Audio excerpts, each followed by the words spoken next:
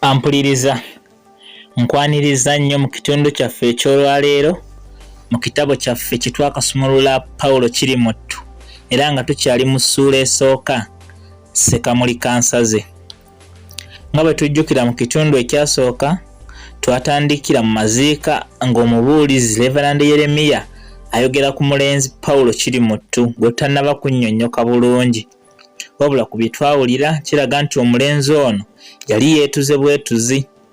Ensonga eyamwetuza naye tennaba kumanyibwa, wabula nkakasa nti nga tuli kumu buli kimu tujja kukitegeera bulungi.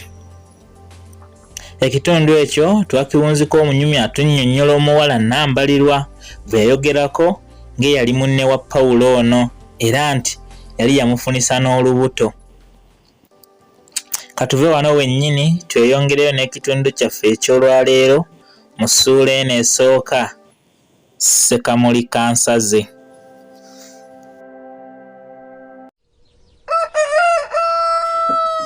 Kanambalirwa kano kaali kawala ka katakketakke ka kitema nga kalina ekyenyi kya lubiri n'enviiri za masadde.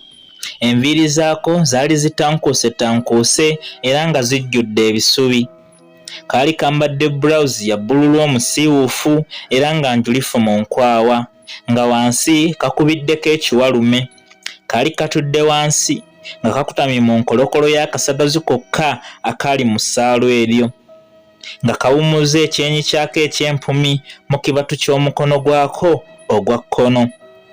Buli kaseera kaali nga kafukumula amaziga ekimugunyu eno nga bwe kanyiza mu kikubiro ky'ekiwa ky'omuwalume. Mwannyina w'omufu yali akatudde ku lusegere nga bw'akagumya era omufu nga ggwereddeko ettaka, mulamu waako ono yakawembejja n'akatuusiza ddala ku ntaana kayiwe ku ssaalongo waako ettaka. Bwe kaatuuka ku ntaana ne kafukamira era ne katema omulanga mu ddoboozi ery'omwanguka nti, "Woo Pawulo weeranze ekibaze wange, wasunguwalidde ky'okwetuga, wandimbuuliddeko munnange." Bwe kaayiwa ettaka ku ntaana ne katalantuka ne kagwa nalyo ku malaalo kwennyini ne kazirika. Awo baasitulawo kasitule. Abantu nga baakava emagombe, kibuyaga eyayitalabwangako ku kyalo ekyo yatandika okukunta, amatabi ne gawogoka, ebitooke ne bigwa, emiti ne gisiguka, obusolya bw'ennyumba ne butikkuka.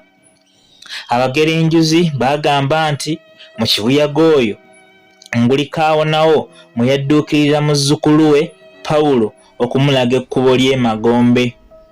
Amangu ago ebire byatandika okwekuluumulula, eggulu ne libwatuka, ensi yaddugala bezzigizigi, obudde bwonna ne bufaananira ddala akawungeezi Pawulo ke yatonnyerako ku nsi. Omugenzi Pawulo Tonsaakuula Mazuuku Kirimuttu yali mutabani w'Abazibumbira Ssekasula. Yali muzzukulu wa Kaawonawo Mbuzi Mulanga ewa Binoga, muzzukulu wa Kinyaami e Buyikwe, muzzukulu wa Ssemakubire e Kigaya, muzzukulu wa Kalatta e Mabanga, muzzukulu wa Muyige e Wantaayi. Kitaawe wa Pawulo Nguli Bazibumbira yali musajja mukakaalukanyi era mbaggubaggu yennyini. Kitaawe Kaawonawo yamukuliza mu nnaku era teyasoma nnyo, kyokka omukisa ogwo gwe gwali muyonke, anti yagenda n'afuna akalulu, ensimbi ezo n'azigulamu ente, wamma ggwe n'agaggawala n'adda n'emukati ne yeewogoma. Bwe yawoza emyaka 27 n'afuna omufumbi w'ettooke era nannyini ggulu n'amuwaayo n'ebummazeewo nga buubwo. Pawulo ye yali omuggalanda. Pawulo yazaalibwa ku lunaku lw'e13 mu mwezi gwa Gatonnya mu mwaka enjala gw'omuwadde akatebe mwe yagwira.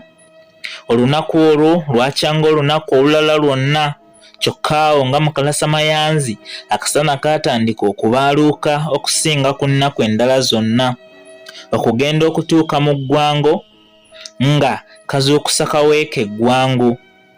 olwo abantu n'amayumba baali bagadduseemu olw'ebbugumu, n'enkoko nazo zaali zeggamye omusana mu bisiikirize by'emituba ne mu mitula. Ng'abantu bakyatenda ebbugumu, akasana kaakubamu, era okuva olwo kaayaka kakubamu okutuusa ogulo ogunene lwe gwabuutikirira ddala enjuba. Embuyaga n'ekunta, okumyansa ne kutimba eggulu, era eggulu ne libwatuka nnyo. Enkuba n'evaamu obuto, era n'etonnyera ddala ekire sinziggu.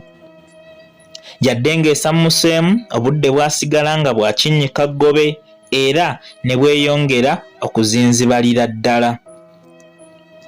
Mu kiseera kino kyonna, mukyala Bazibumbira yali agalamidde awo ku kaliba ng'awejjawejja ng'akaweewo. Yali alinga atuusizza ebiseera bye eby'okuzaala. Bba mwami Bazibumbira yasooka kumusirira ku mmumbwa yaabwe mulerwa gye bajja ew'omusawo waabwe Omuganda jjajja Nakizibizi.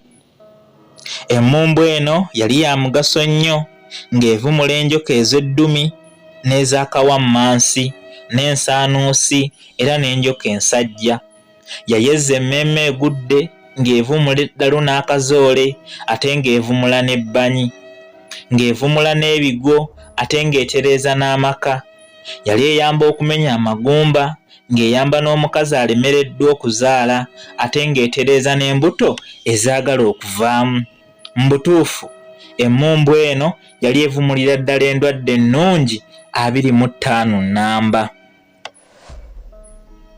Bwe yamala okumuwa ku mmumbwa, nga Bazibumbira yeebagajja mukazi we ekiwummulo mu ddwaliro.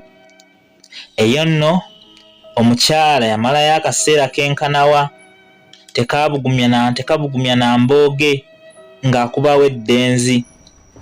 Bazibumbira yayagala nnyo omwana we ayitibwa Pawulo, kyokka ensonga siikulimbe nti nagimanya. Ate ye ssenga wa Bazibumbira bwe yajja enkeera okulaba omwana yamutuuma Mazuuku. Erinnya lino lyali lya jjajja wa Bazibumbira, era kyeyava alituuma Pawulo, mbu kubanga omwana ono yali afaananye nnyo muganda we oyo. Mu butuufu yali muzzukulu we nakasatwe. Abakulu abaali baalaba ku jjajja ono Mazuuku baamutendanga obulungi, mbu nga musajja muwanvu wa kiwago, nti yalinanga ennyindo ya kiraalo, amaaso ge nga manene era nga galigita buligisi mu kiwanga, ebisige bye nga bya nnanda, nga n'amannyo ge ga kasenge ate nga galimu n'akazigo. Yali musajja wa nankoba bbirye, ng'alina eddoboozi lya ggono era nga lya kyami.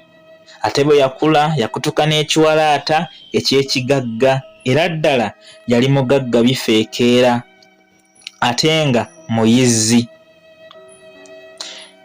Kungwe ow'entoozo era n'antasuwa.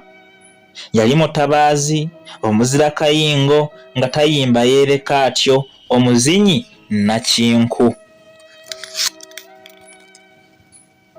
Pawulo yakula nga wannyanjulira, yabatizibwa wa myezi 6, era Leverandi Yeremiya Ziddawalime ye yamubatiza n'amuteekako omusalaba mu kyenyi nga bw'amukuutira obutakwatibwanga nsonyi, okwatula nti akkiriza Kristo era n'okulwananga amasajja n'ebibi bya Sitaani.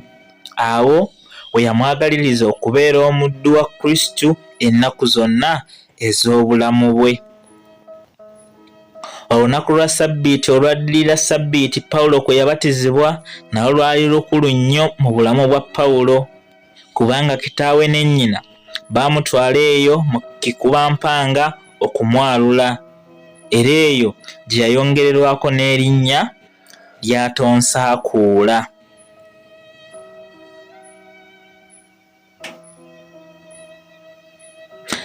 Ampuliriza omulungi, bwe tutyo ne tuba nga tufundikidde ekitundu kyaffe eky'olwaleero, era essula yaffe esooka Ssekamuli Kansaze mu katabo kaffe Pawulo Kirimuttu. Bwetyo bwebadde. mpaka omulundi omulala era wetunadda n'ekitundu kyaffe ekirala mu ssula yaffe endala emizimu gy'abajjajjaabo gikuwerekereko Pawulo. Atakuumira mpeera bankuumire, mubeere bulungi, mweraba.